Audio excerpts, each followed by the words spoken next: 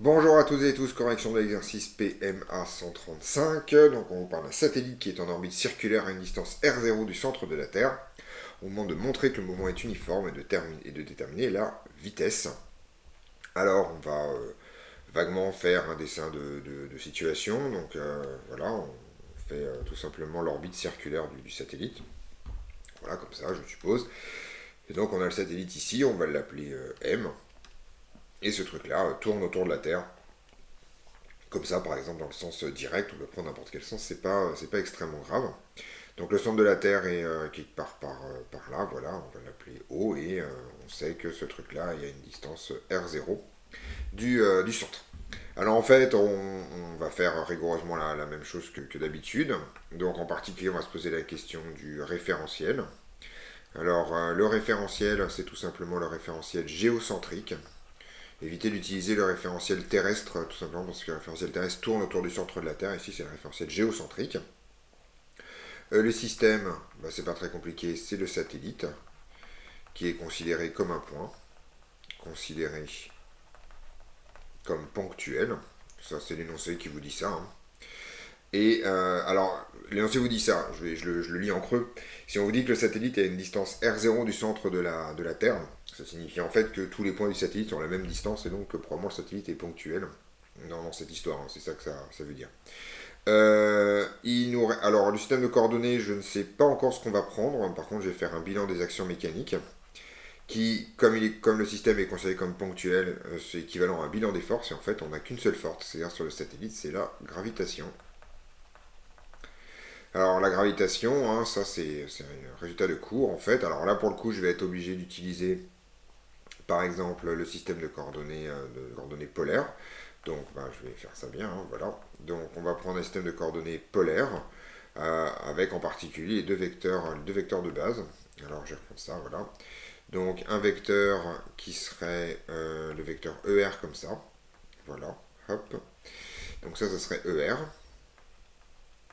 Et puis un autre vecteur de base, comme ça par exemple, qui serait Eθ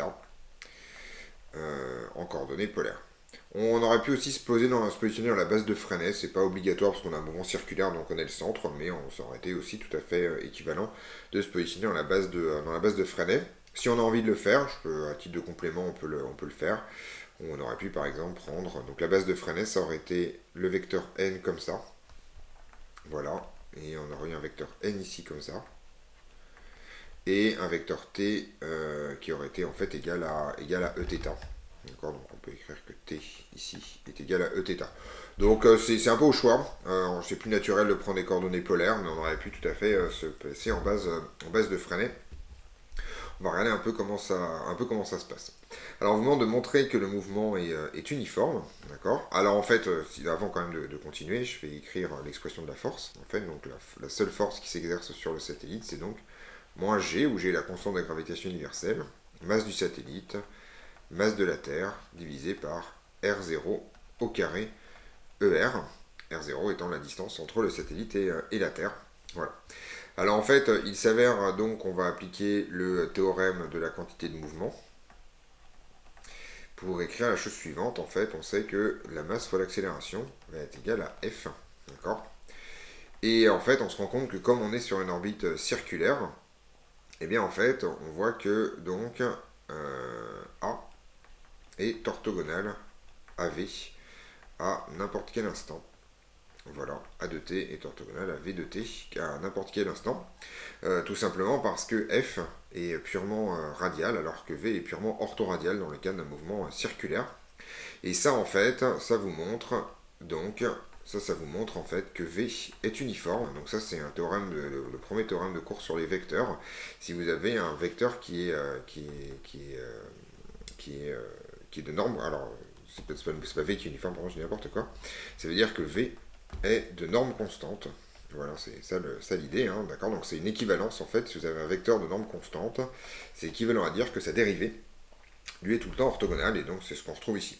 Une autre façon donc là on n'a pas besoin de système de coordonnées pour démontrer ça. On aurait pu aussi le démontrer avec Fresnel, d'accord, hein, si on a envie. Si on veut le faire avec Fresnel, il y a quelque chose qui marche très très bien. On écrit ce truc là et on se rend compte que l'accélération normale est égal à 0. D'accord? Puisque en fait f est collinaire à n. Alors pareil, on peut écrire f en fonction de n, ça donnerait ça. G petit m fois la masse de la Terre sur R0 au carré fois le vecteur normal, puisque n est manifestement égal à moins ER. Donc avec Freinet, on montre que n est égal à 0, et que ça c'est égal en fait à la dérivée du module de la vitesse par rapport au temps, ce qui vous mène directement au fait que v est de norme constante. Une dernière façon de le faire, c'est de travailler en coordonnées polaires. On peut dire aussi que l'accélération selon θ est égale à 0, et l'accélération selon θ... Alors non, il y a mieux. On va faire, alors, on va faire cette méthode-là, on va faire toutes les méthodes pour voir un peu comment ça se passe.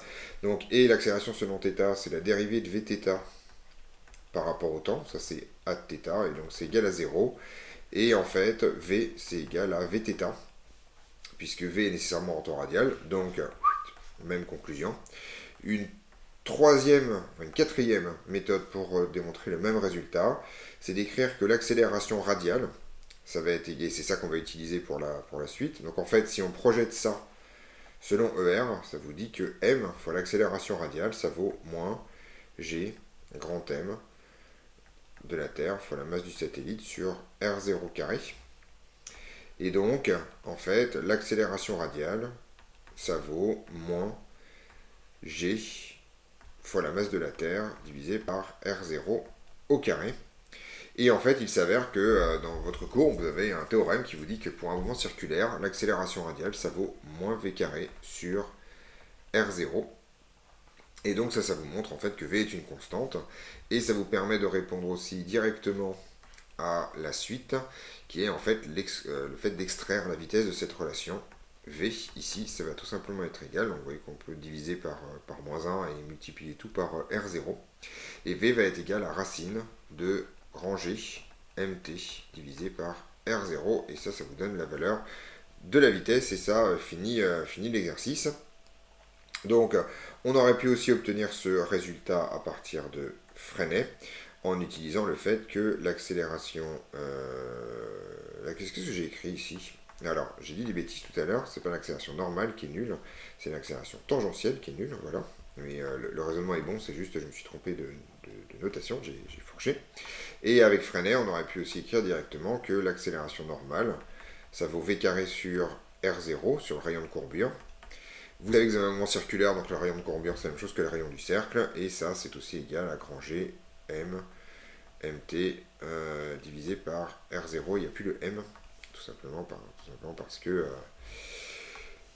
parce que c'est la masse sur l'accélération qui vaut ça, et ça R0 au carré, et ça redonne bien évidemment le même résultat. Donc on aurait pu soit passer par Freinet, soit par les coordonnées polaires, et bien entendu on trouve littéralement la même chose, on a juste des signes moins qui n'existent pas sous Freinet et qui existent sous coordonnées polaires. Voilà, ceci termine cet exercice, on se retrouve dans d'autres vidéos pour d'autres corrections.